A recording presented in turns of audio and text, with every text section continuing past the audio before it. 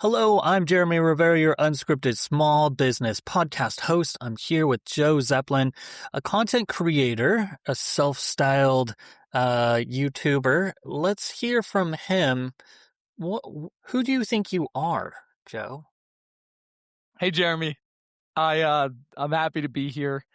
Who do I think I am? I have claimed the recent title, the corporate guy turned YouTuber.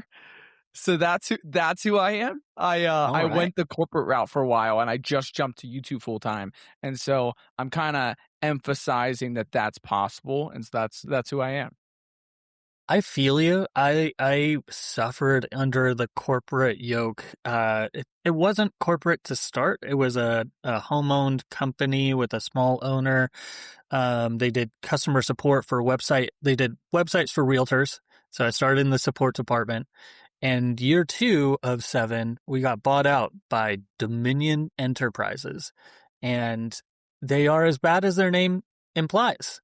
They thought that 2% annual raises were overly generous and would walk them 3 to 6 months. And by the time you got your raise, inflation had already eaten it. And it Hmm. was just a corporate bureaucratic nightmare world. So I learned SEO and spread my wings and flew away. Where did you come from within the corporate stratosphere or structure or dungeon, to reach your new Icarian heights? Yeah, it's cool that you made the jump to do your own thing too, because you can then control what your raises are, which are good and absolutely terrifying. Yes. It's true. It's true. I don't even think about it that way necessarily anymore. I almost feel like there's just so much opportunity just at everybody's fingertips. But I remember thinking, um, how am I going to make it? And the only way I thought that I was going to survive was like I need to find another job. I needed money. I needed another job, and then you have to wait every 2 weeks to get paid by somebody else on that structure.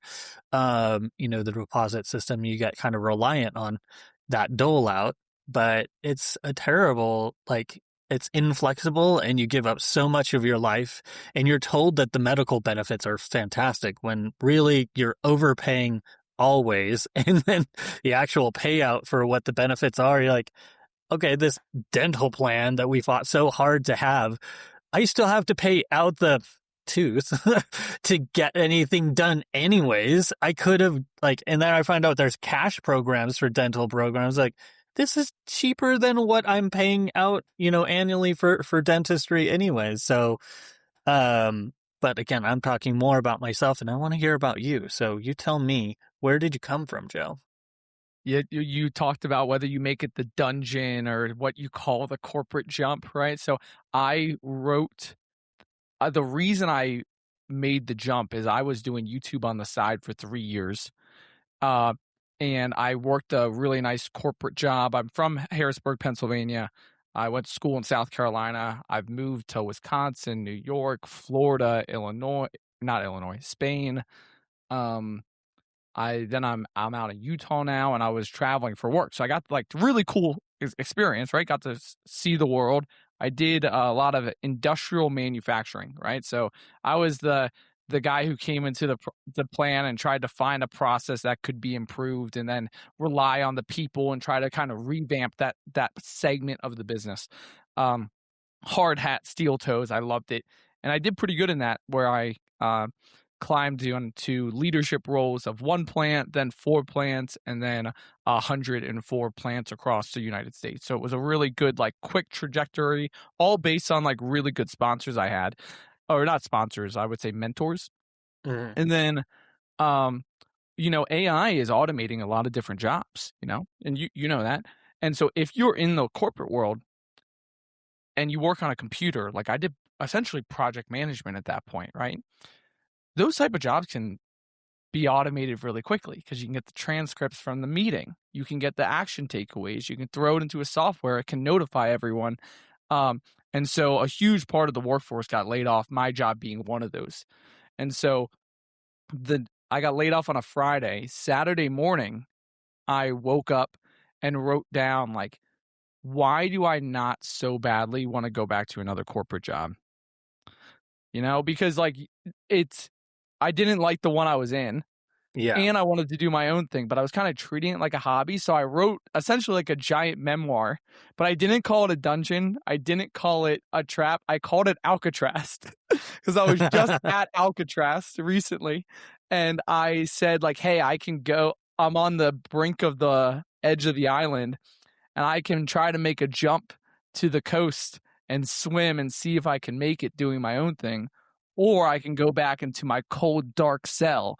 And I wrote out this whole thing and said, screw it, I'm making the jump. And so that happened about 4 months ago now. And we're still doing it. So it's terrifying. I feel like, you know, there's been this unwritten social rule of like, come work for us, we'll take care of you. We're family, you know. I don't think that that was ever true, but I feel like the flip side of things of, yeah, AI can replace your workers now, but now those workers can now replace your company a lot Exactly. easier. Yeah, you're 100% right. Because like if you're working for someone else, that's a threat that you're competing with. But if you're working for yourself, those are assets that now you can use to grow your own business. So it makes total sense for more people to double down on themselves during this time because it's never been easier to build an app, build a website, go essentially have access to a coach. Anytime I don't know how to do something, I ask it. Like I have a business coach, I have a brand manager coach, I have an email response agent. I made all these little agents that essentially coach me and kind of put me down a direction, help me think through problems. And SEO too. SEO is a coach too. Tell me about what are the specific steps? Like somebody's in small business or they're thinking about launching a small business. There's an aspect of these AI tools, and I'm learning and updating. I mean, I'm literally in the background while we're chatting. Claude Code right now is updating my Jeremy Rivera SEO consulting site. So I use these So tools cool. all the time, but there's one aspect of it that I'm still wrapping my head around, and that's when people use the term agent or agentic, and what is the actual process, physical, like they wrote driest, like I'm going to turn it into an action item through Claude afterward, trust me. But give me the SOP for, making an agent. Like, what does that look like? What are your guidelines around that? How do you make it not hallucinate and be useless, but be filled with actually useful context to solve whatever it is you're trying to come up with? Yeah, that's a really good question. And like there's two in there, right? Like one is like where do you start? And then the other one is like how can you then use these tools to help you along that path? And so that that Saturday morning when I woke up and I wrote out why I was doing it, I think that's a good place to start. Like why do you want to do your own thing? Some people might want financial freedom, some people might want personal life freedom, some the ego, maybe to make their partner proud, like whatever it is, right? Um, I believe that everyone has a lot of potential when they focus on their passions. And so I wanted to focus on my passions because then if I put in all these crazy hours, it's hours that I would have been doing anyway because I enjoy making YouTube videos, right? So Hmm. I think I tried to figure out the why, and then tried to. Then I said, okay, if I was to make the jump, how much money would I have to bring in every month to sustain my life? And I just like I did use Claude, I used ChatGPT, I put in my banks a little bit of my bank transactions and stuff like that, and I got an idea of okay, here's how much money you have to bring in every month. So day one, understand the why. Day two, set a financial goal. Day three, then you have to say, okay, how are you going to achieve that financial goal? And so you either need to sell a product or a service, right? So I would say like design a product. So I made YouTube videos, but I only made YouTube videos for fun. I made them for me. But I realized that people also pay people to make YouTube videos. Like I talk about softwares. If Yeah. someone makes a software, they want me to talk about their tool. And so I made a little easy media kit where I said, if I make a short form video, it'll be this much, a long form video, this much, a full playlist, this much. And I would obviously only talk about tools that I really enjoyed, right? Like we were just talking about Blotato before this. Like Blotato is a good tool, and I trust the development of it. Um, and then day 4, then once you have the product, you have to sell that product, and that's where I started using Claude and using what I call like an agent, right? Um, Now, I used it because I know manufacturing. We talked about me being an industrial engineer, but I didn't know how to sell. And so essentially, you need to coach these AIs to first learn as much, at least how I do it. And I'm open to your thoughts too, because I'm trying to learn. But I wanted to coach it to learn as much as it could get about my business. So I added like the links to my websites. I scraped all the information from all my social media platforms. I pulled information about industries that I would like to go into and talk about on YouTube, and I kind of fed it all this information.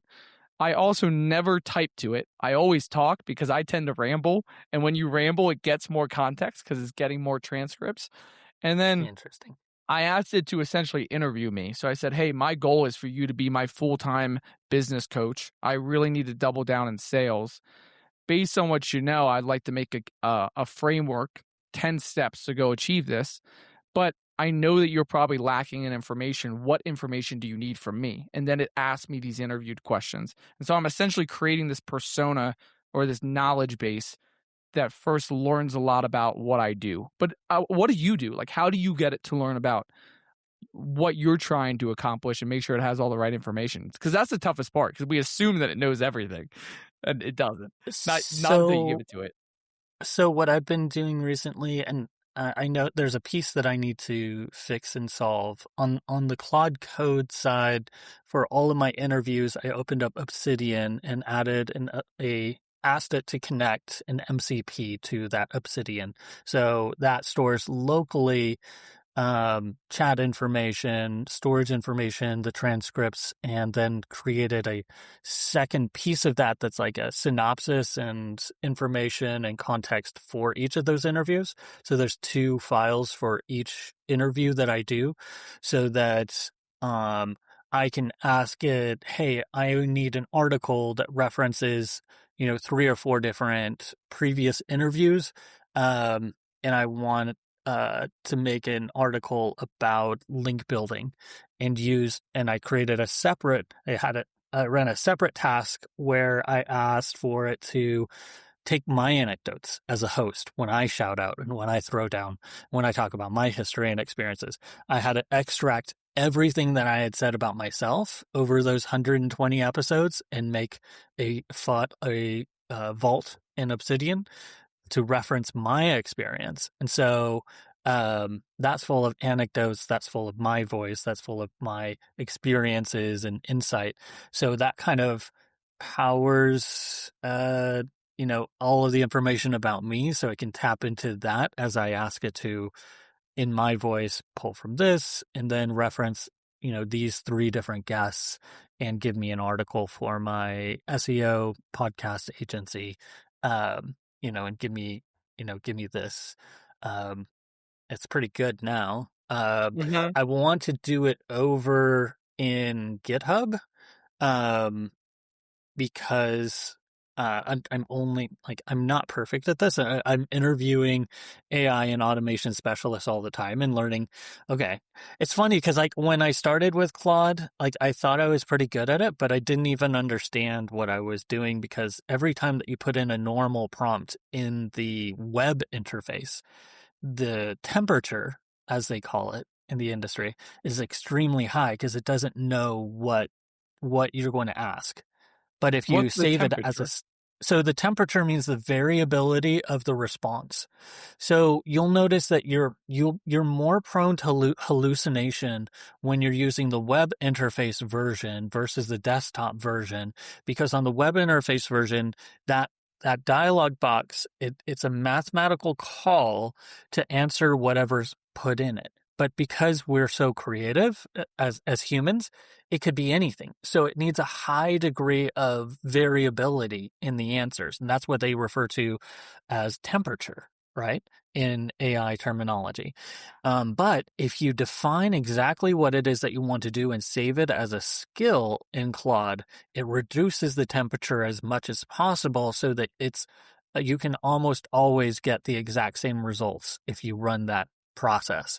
Like, so because you'll notice, like, if you run a regular prompt, and it was happening a lot because I would put in, my podcast interview, and I would want, hey, give me a recap of what this article was, and every time it would, or every 60% of the time it worked every time.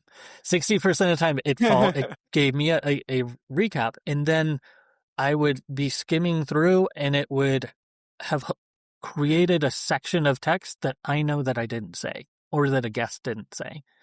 And that's obviously a problem.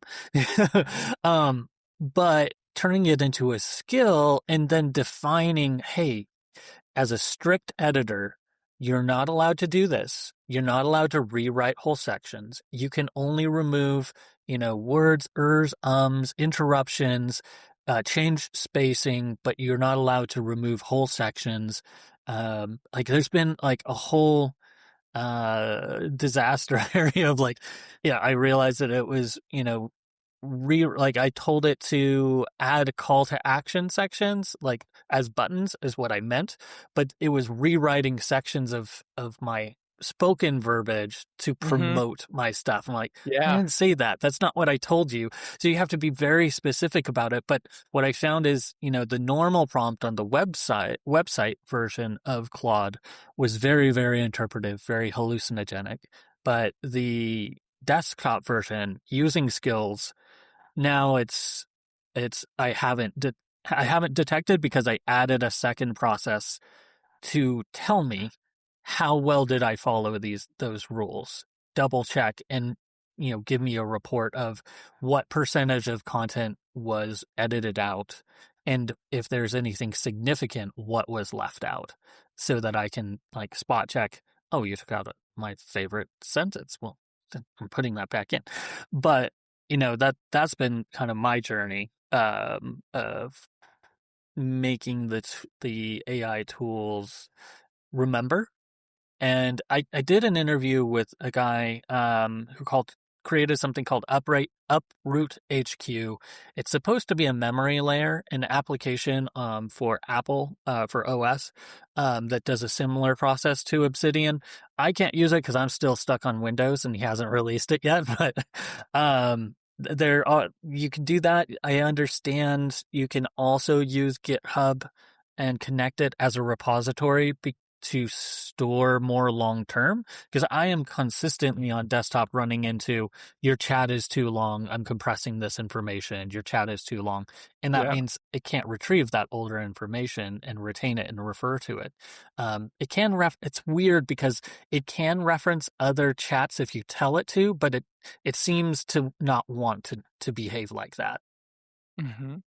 And are you using on the desktop version predominantly Claude Code, or do you use Cowork or Chat? What's your split?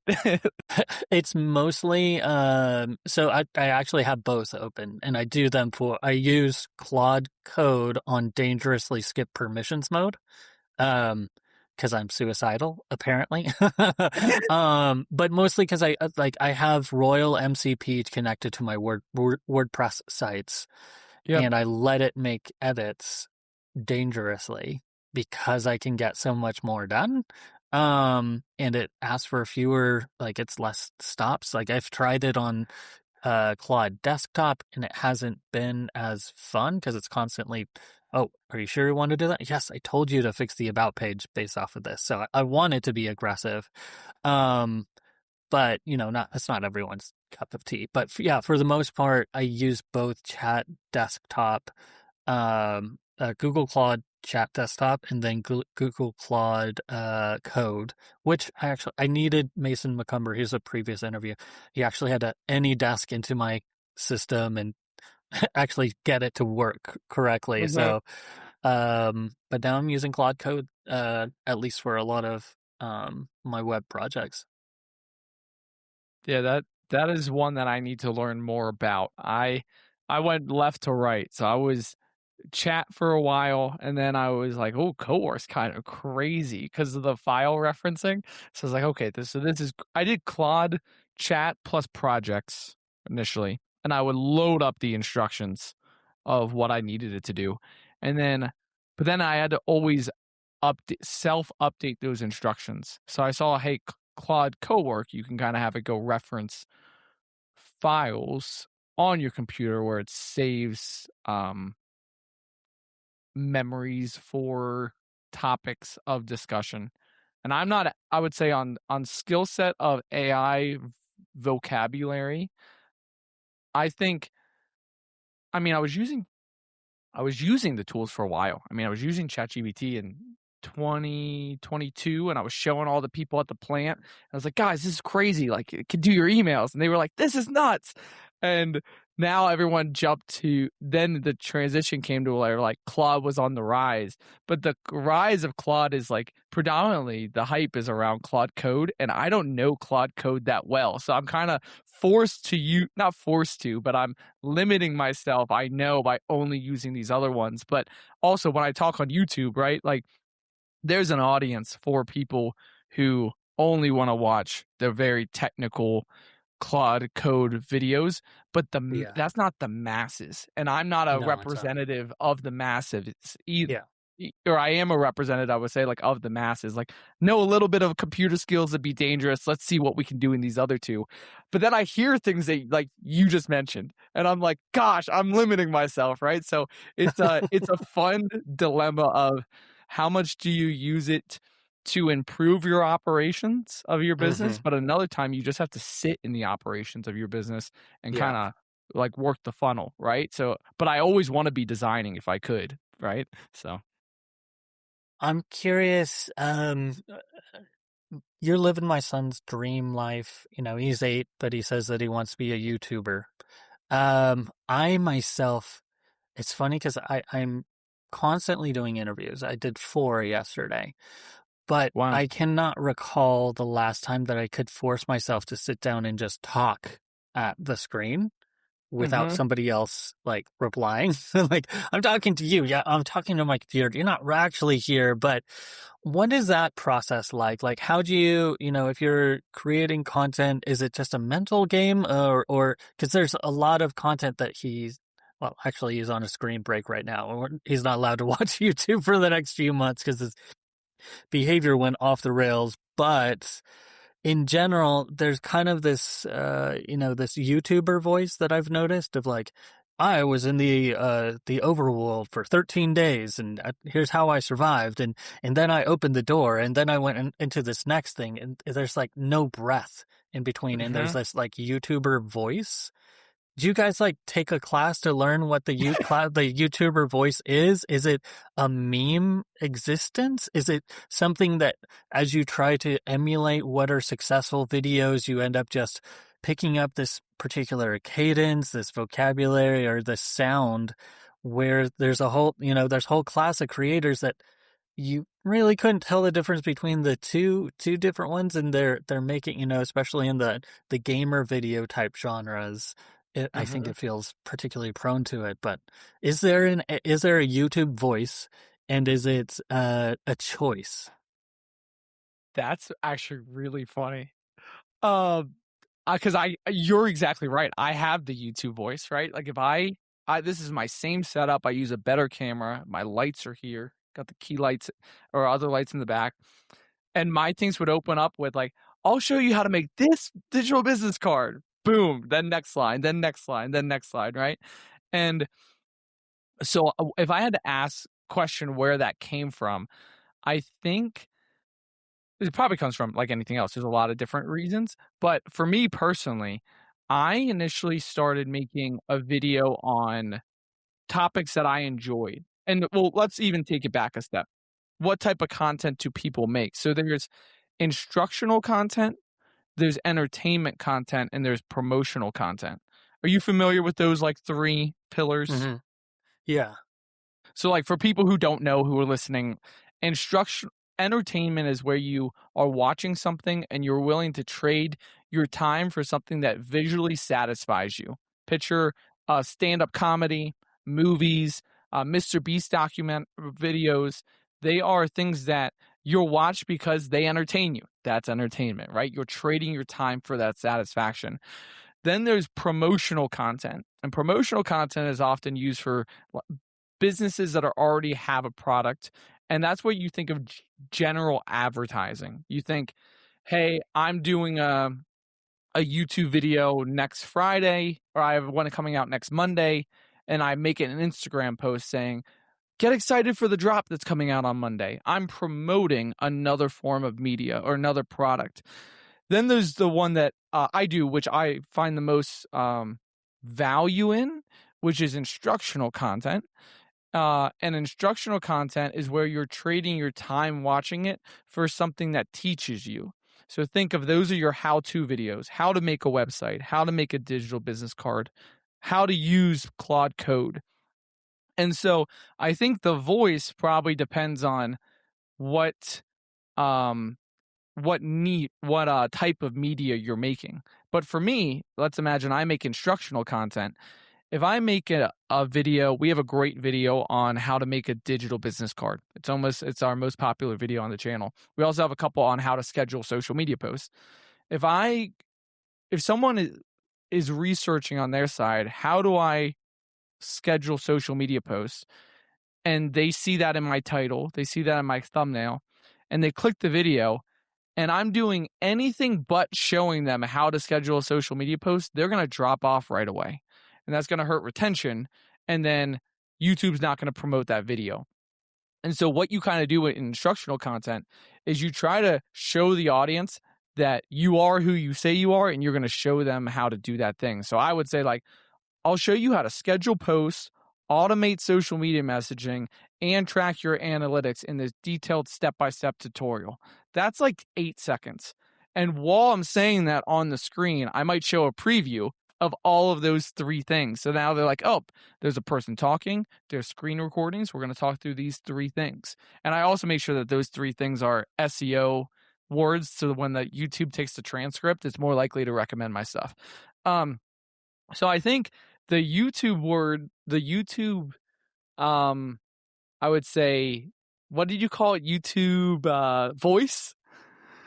I think the YouTube voice is probably people studying their analytics and seeing what keeps the highest retention. But then you also have people who do podcasts and they talk for 3 hours and there's pauses and there's breaks and it's beautiful. And I listen to those, right? So I don't know where that there's an appetite for both. The correct audience members are going to find you for both. I think you just be consistent and be yourself, and then the right audience will probably stick with you. But I tend to be the let's fly through it type guy on the videos, right?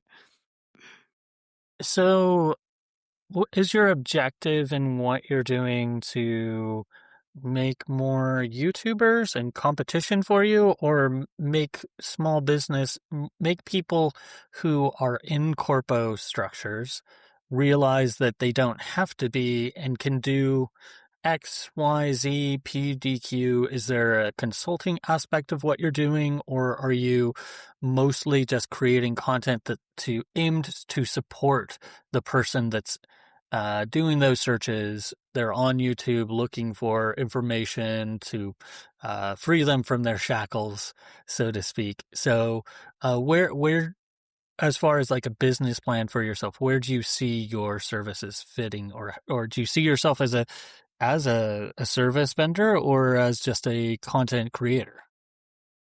Yeah, I think definitely the content creator side. And I want to satisfy the people who are trying to solve that task. I want to be the video that helps them solve that in the quickest and cheapest way. So almost all the tools that I talk about have a free version, right? They all are relatively really easy to use. And if they're complex but popular, I try to make them simple. I try to make those complex tools simple.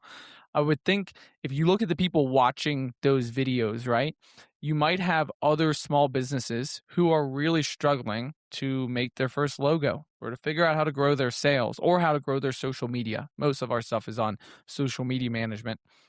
They rather be selling coffee, right? My girlfriend, she runs a coffee shop business. She'd rather be selling coffee, but she can't do that as frequently because she has to run her social media. So how do we make that quicker for her, right? Some people, we have a lot of videos for students on how to really try to learn the most while they're in school for 4 years and how to network and stuff like that. Like the goal is progress. I always like to say my progress is my happiness. And I like to think that people who are searching something about what we make videos for, they're trying to progress in that thing. Um, so I think that's probably it. Um, and then as I've started to do it, I realized that there's an audience for everything. So, like, do you have it? What are some of your hobbies outside of podcasting? Well, I just picked up karate. Started in September and did a couple tournaments. I'm testing this week to graduate to orange belt, which Let's go. isn't Cool. that high, but it's definitely been a learning experience. Let's see. I also am an avid fan of learning languages. I'm conversational in German, Japanese, Spanish, and French. Um, but yeah, I was literally just thinking this morning about starting another podcast of unscripted languages just to interview That'd be so cool. different content creators in the language space to get to learn how they approach learning languages differently.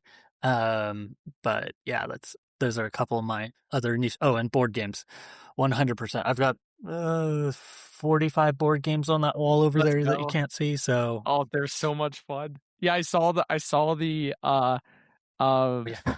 photo in the back, and then as you talk about it, you design your things in the back well based on your hobbies, right? Because they're all there.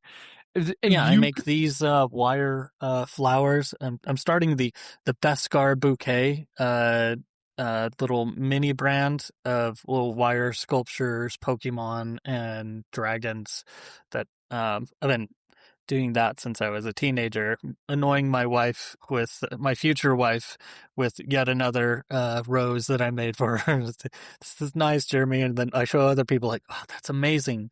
Like, I wish my yeah, wife appreciated my art as much as you. hey man, it's all about how frequently, like, exposure, right? Like if like you and I are deep in AI, but if someone came out with a new feature, we still might be like, wow. But if someone had never seen it, they're gonna freak out, right? Like that's with Yeah. everything. But that's what I mean, right? There would be an audience if you did like karate entertainment or in karate instructional. If you did personal, uh, like like personal metal work and how to build beautiful things, there's an audience for that. And if you did board games and said like, here's your strategies for these great board games, there's an audience for that too, right? Because people are interested in so many things, and all you have to do is talk about those things and show that you're passionate about it. And so that's what I'm starting to learn from doing YouTube is I initially did it of how can I provide value in something that I'm good in, which is, hey, I'm good in softwares. Let me teach people these softwares. But just how you love karate, right? And you're getting your orange belt. I love fishing, right? So I'm rigging up I have a little John boat. I'm rigging it up with GoPros on all the sides. And I'm going to do a podcast on a boat where I bring someone out. We go out in nature. We just cruise a little bit and we talk on the boat. And granted, water, microphones, sound, it's going to be so difficult to figure out. But I know that I enjoy fishing. Other people enjoy fishing. Nature brings long conversations, and there would be an audience for that. So that's what I'm starting to learn, where people can pursue their passions in and sell, but you can also just pursue your passions and document it, and other people who are interested in that stuff will tune into you. And so, and then you can then down the road, you can spend your day doing what you like and hopefully find some way to monetize it, right?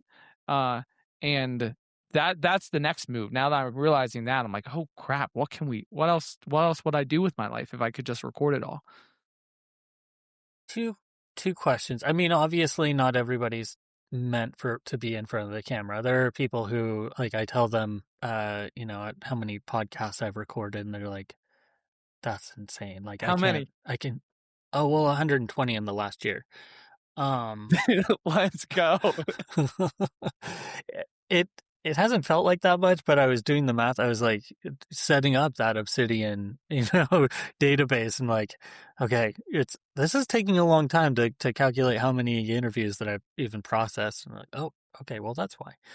Um, That's awesome. but my question is, on the content creation side, how are you looking to what are the pathways to understand monetization and the platforms that you want to connect for, or is it all just waiting for that payout from YouTube, or should you consider, also doing TikTok? Are there secondary platforms? Is it, you know, uh, looking for additional monetization strategies, looking for sponsorships? Like, let's get into the money side of things. Because if you're proposing, anything, you can create content for any niche, but can any niche support the content you're creating from a monetary perspective? Yeah, that's a great question. And like, unfortunately, I didn't find it out until I was monetized, right? So I knew like, hey, I was going to create YouTube videos for so long, but you don't, unless you do good research, you don't, it's really hard to figure out what type of revenue you would be able to bring in until you meet those thresholds. So we'll like talk about a couple things. So like, how do you monetize different social media platforms? So people make their money like either through what I call AdSense, which is on Google. Google has YouTube AdSense. On YouTube, you have to have 4,000 watch time hours and 1,000 subscribers to monetize. And what that means is when someone clicks on your YouTube video and there's an ad on screen right before the video starts, or maybe there's mid-roll ads where there's an ad in the middle of the video before the while you're going through the topic, an advertiser that you didn't choose to represent paid YouTube maybe, I don't know, 10 cents to get that in front of your face, the viewer's face. YouTube splits that revenue 50% with the creator, 50% goes to YouTube, right? Now, so that's one way. You meet the minimum thresholds to monetize. Watch time hours is how many hours your videos are on screens across the globe, and you have to hit 4,000 in the last 365 days, meaning, which was crazy because I had 4,000 hours, but I didn't have it in the last time period, right? So, and then the 1,000 subscribers, you have 1,000 people hit the subscribe button. There's other like lower tier ones with like 500 and 3,000, but I don't know as much about those. When I surpassed it, I made YouTube videos for a little under 2 years before I was monetized. And so then every day maybe you make $4, $2, $9, 20 some dollars, right? Whatever. But if you really put that out, like for me, I've been doing it for 3 years. The YouTube revenue I thought would be a lot higher. It's minimal, right? It's a couple $100 a month. And so that's not enough to live off of, right? So Right. then you think of what are those other tiers? Well, the second tier is affiliate links. So, for instance, my third video was on Metricool. Metricool is a social media post scheduler. I used it when I was starting my YouTube because it was a free tool, and I posted across. You essentially can post there, and it automatically goes to YouTube, Instagram, TikTok, Facebook, whatever. And I used Metricool and the video, and I talked about Metricool because I was using it. Well, the video had done so well that last year Metricool reached out and said, Joe, your video did great. Can I pay you to make another YouTube video? I wasn't even anticipating this, right? Because I made a video for free about tools that I like. And now those same companies and some competitors of that company are asking me to, well, sorry, that's not an affiliate link, but they're asking me to talk about their tool. So first one is YouTube AdSense. The ad plays, you get 50% of the revenue. The second one, which I just mentioned, is sponsorships, where you own a niche so well. Like you talk about karate for so long. You talk about SEO, that someone who has a really nice gi for karate or someone who built a really nice software for SEO is willing to pay you to talk about their things.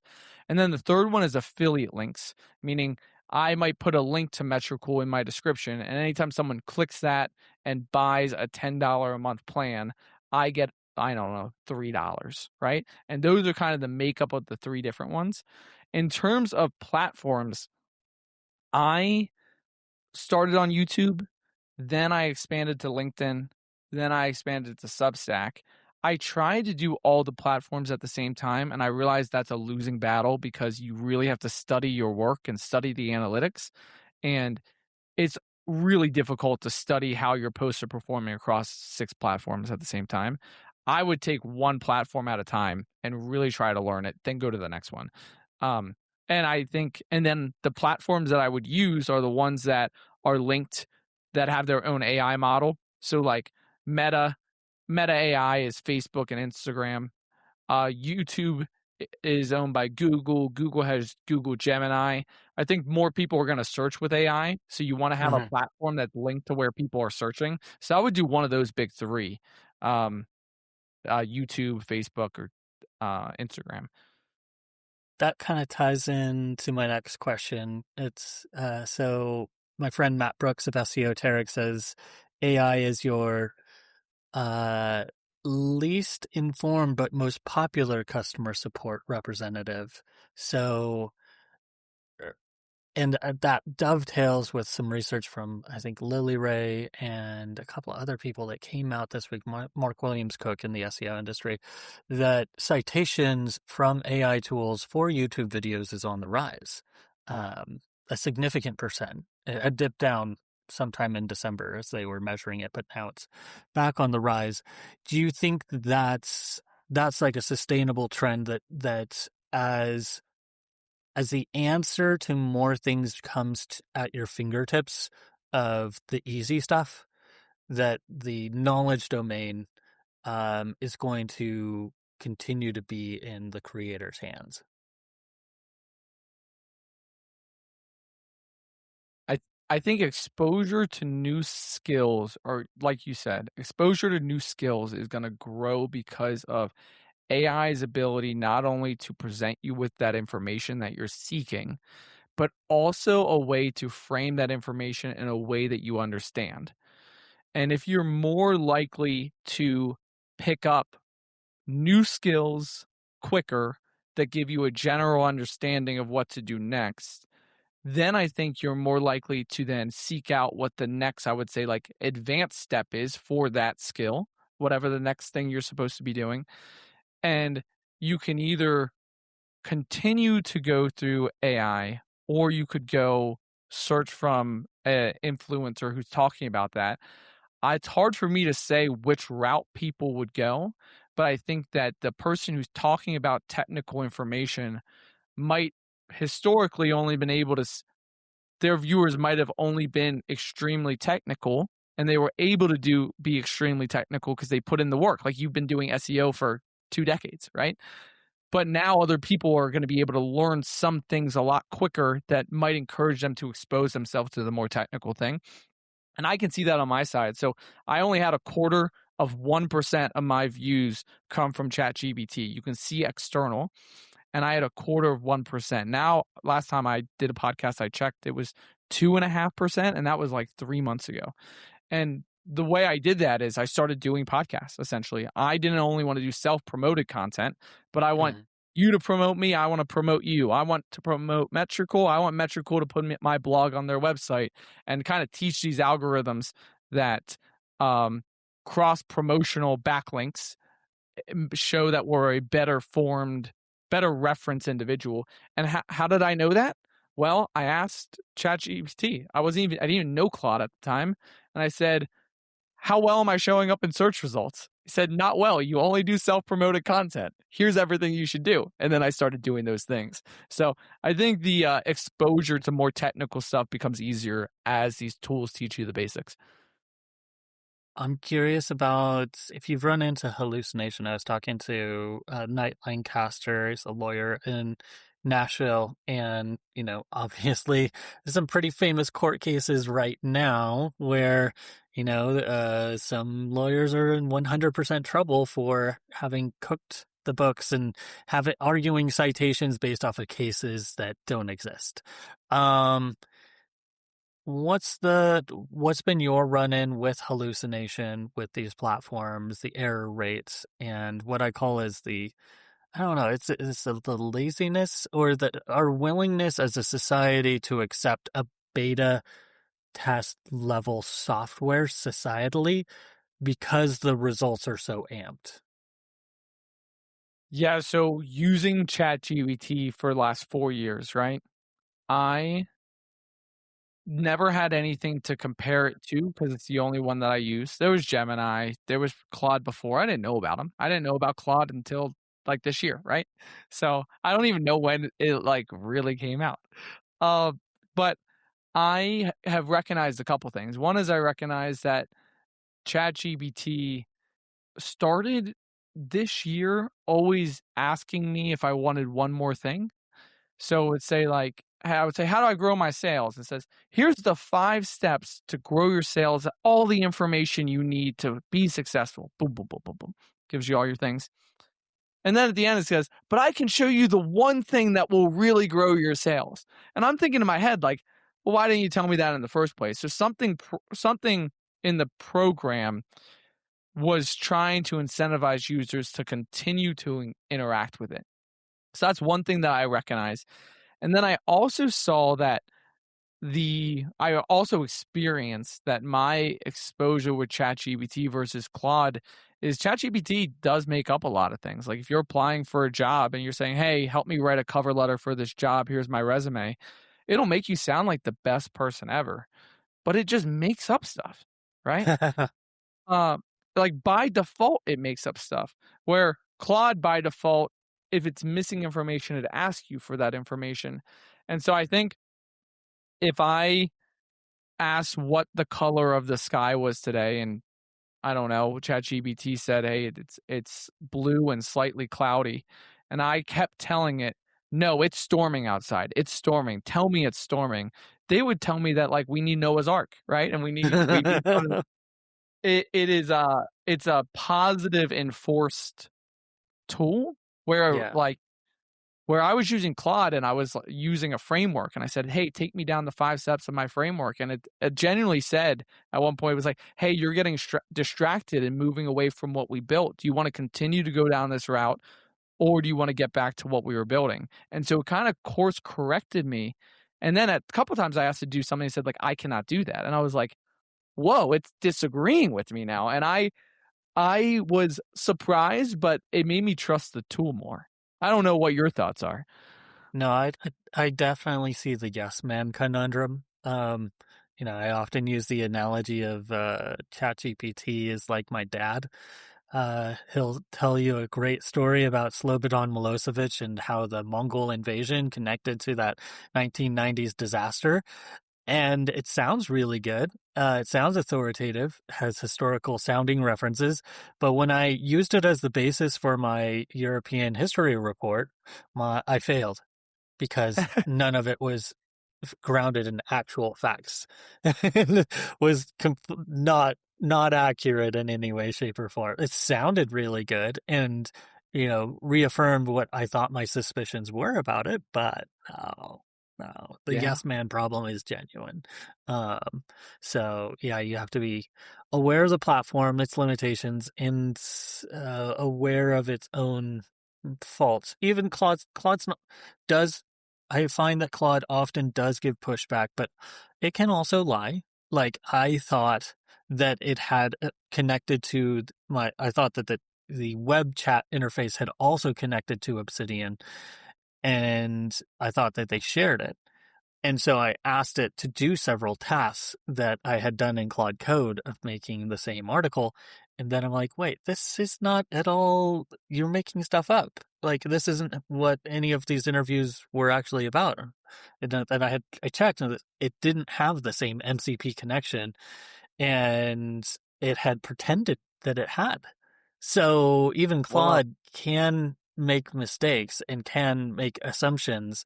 It said that, oh, it checked other chats for similar resources to meet the criteria.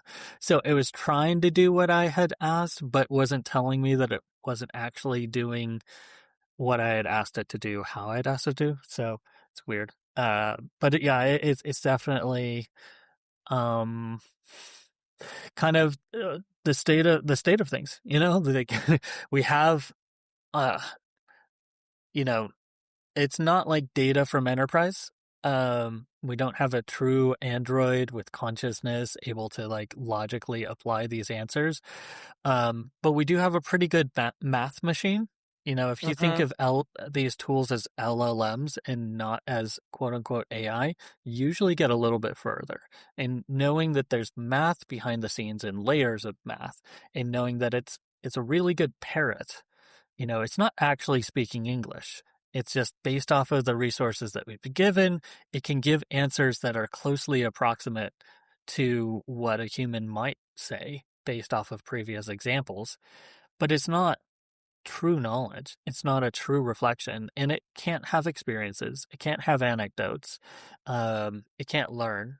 It can only be given more knowledge base and like add to that database, but it's not truly experiential how we think about it. And we're seriously limited on bandwidth, context. And, if you've ever used Claude for a long period of time, you know that if your chat gets too long, then you lose the originating context. So that's Yeah. where other secondary tools that we were talking about, Copilot, Obsidian, memory layers, Taproot, etc., that can help it stabilize and remember things to do more complicated tasks. But it's still in its infancy, thankfully, and hopefully it's not going to rise up and enslave us all.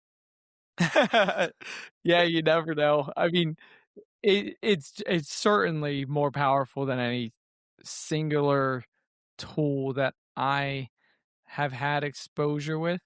Uh, but it doesn't mean it doesn't mess up.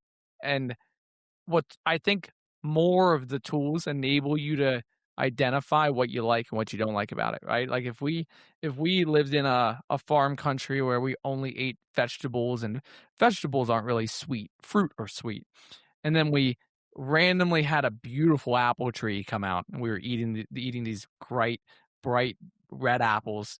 They'd be, or maybe Granny Smith. We were eating Granny Smith apples, right? We'd be like, wow, this is so good. It's juicy. It's whatever. But then if we had another type of apple, bright red apple, Honeycrisp. we'd be like, oh, the Granny Smith is just a little sour. It's better because maybe they're bigger, it's quicker or whatever. But you're only able to compare things that are extremely, I think, helpful when there's multiple ones and you can see how they compare against each other.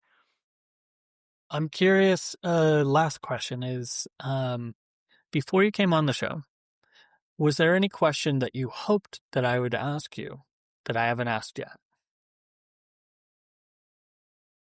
I saw your title and I was truly hoping to learn something crazy about SEO that I should be doing that I'm not.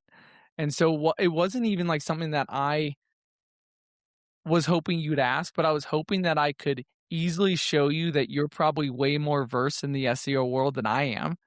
And so I, like, for instance, I'm familiar with vidIQ for YouTube. I go ahead and look at the Google bar and I put in my topic and I see what it recommends. Do the same thing for YouTube. I use Keyword Surfer where I go through and see what's the volume behind all these words.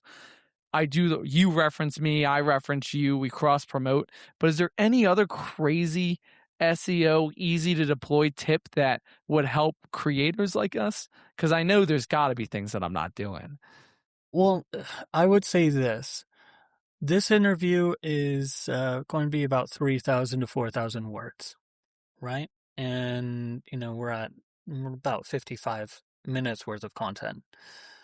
The reality is that most people who create video content don't end up leveraging and utilizing that content effectively on their own website.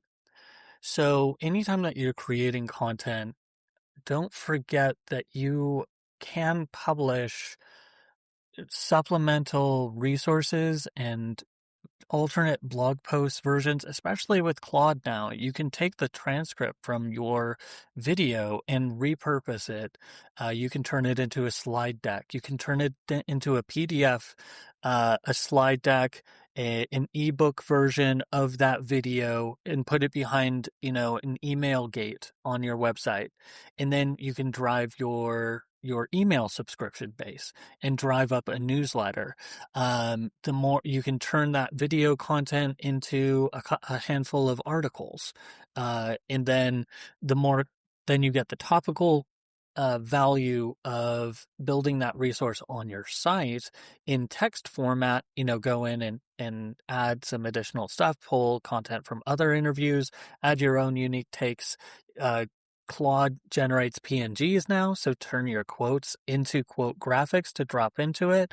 You should be able to create, at least 4 or 5 different content pieces from a half-hour piece of video or audio content, and that's part of it. And the other part is understanding, you know, getting rankings in Google for topical content is harder these days, but if you also have a YouTube video, it's supplemental to it. And if you have a home base to drive those visitors to do more, to give them further research, Google will start rewarding you with additional traffic, and it's how you decide to monetize that is its own game, because you're used to the algorithm on YouTube deciding winners and losers and who's going to randomly be shown your stuff. There's a similar process on the other side, on the SEO side, on search engine rankings. Google is deciding who is the most, authoritative as well as the most useful. And it's not not everyone wants to see a YouTube video. A lot of people do prefer that for the tutorial training, but there are other people who would prefer just an SOP or a talktorial or a picture-based, so you could turn your long-form video content into topical content on the site you control. And I use this metaphor twice this week in 2 different interviews, but it's the Kraken. And if you're creating a brand, Google, the more signals you can put out that your brand is a real entity, it doesn't matter if it's, if you call your brand Monkey Monkey Momo, that's great. But if you establish, a Facebook page for Monkey Monkey Momo, a YouTube channel for Monkey Monkey Momo, you get on Quora and a few other places, and you start getting mentions of other professionals. Oh, I ran across so-and-so from Monkey Monkey Moro, Momo. I already forgot my brand. Keep your brand tight. Monkey Monkey Momo. And so it's like reaching out into these different channels to pull them back, but your website has to convert. It has to have a reason. Like if as a business, you want to think of it as the beak that's cracking those tasty mollusks to get at the meat. Mm-hmm. And so you need a conversion engine. You need a soft and a hard. So your soft one is you just want their name and their email. And you want to give them every excuse in the world to give you their name and their email. So that's downloadables, that's PDFs, that's slideshows, that's more detailed YouTube videos, that's tutorials, editorials, glossaries, etc. But just behind that email gate, and so have a class of content that's more quality, try to capture that email, but also have that hard sell. Whatever it is that you're doing, have the hard sell, but have them next to each other. And let's see. The last one, the one on the right, should be in a darker, brighter color. The one on the left is a softer color because you want to bias them and so push to do the more valuable thing, but give them the wimpy out.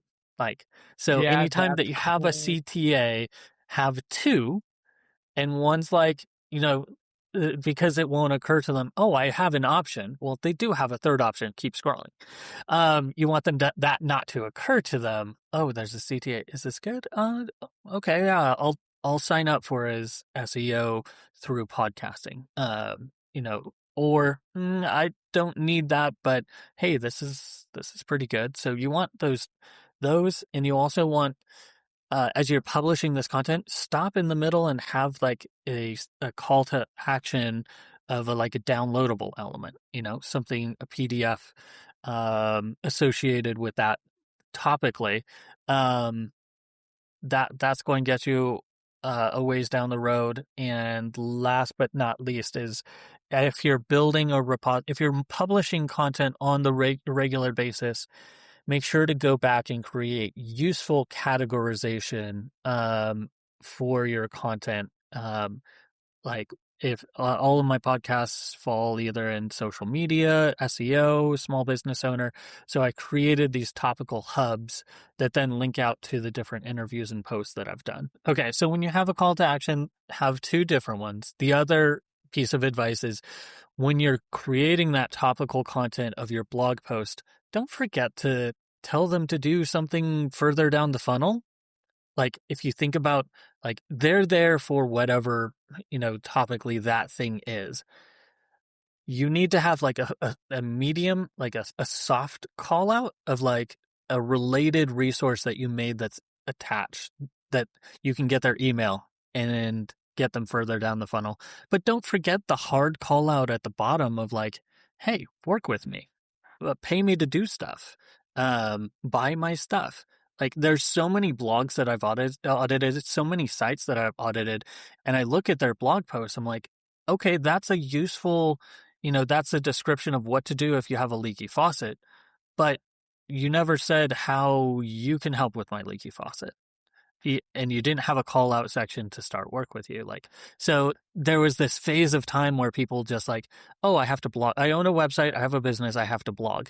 And that just led to like creation of all of this class of fluffy content that never led down the funnel to like proving what it is that you do, or saying anything genuinely valuable. Um, the final piece of advice is, copy the text off of your homepage, paste it into a blank text document, and ask yourself, based off of this, can I actually tell what I do? What is my unique selling proposition?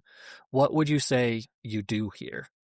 Like, Office Space style, like just ask, because I've done it dozens of times where I copied the homepage text and it's like, we have the best customer service, and our delivery times are insanely fast and you'll be super happy. And it sounds good from a sales perspective because then you have the image behind it Yeah. of whatever it is they do.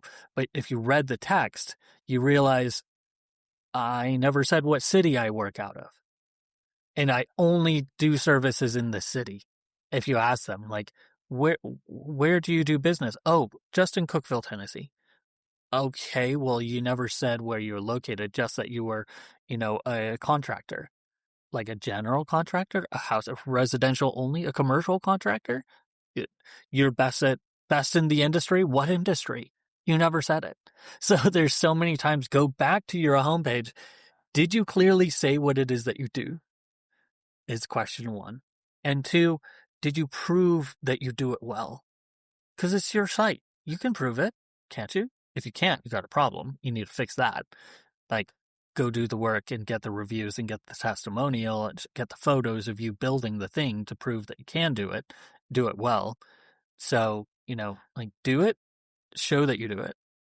That's it.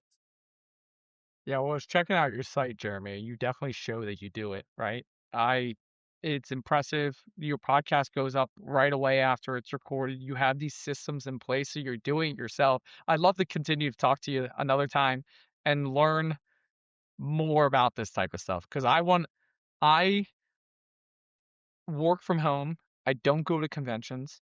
I talk to people there and I do work here, right? And so the way I learn is from talking to people like you. So truly, thanks for sharing all your geniuses with me. I'm happy it turned into as much of a dialogue as an interview of you. So Dialogues are give a better. shout out of your channel.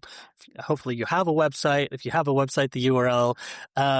Can people? What's your favorite social channel that people can connect and chat? Find and watch your videos for hours so that you can make some money. Yeah, absolutely. So our main channel is YouTube. Our title is The Corporate Guy Turned YouTuber, because we've shown that anyone can do their own craft by talking about what they're interested in online. On LinkedIn, we're Joe Zeppelin, Zeplin. My friends call me Red Zeppelin because I'm a ginger, right? Uh, and then on Substack, we are the corporate guy turned YouTuber. Our website is joezeppelin.com. It's actually just has a giant revamp. It's coming out in 2 weeks. It's going to be awesome. Uh, and it does answer what I do if I just took the text. But those Awesome. are our four platforms. And then our content is essentially to help small business owners or creators optimize their social media in a way where they can spend more time creating and talking about what they like and having their social media work for them in the background. Love it. Thanks so much for the conversation, Joe. Yeah, Jeremy, you're the man. Appreciate it.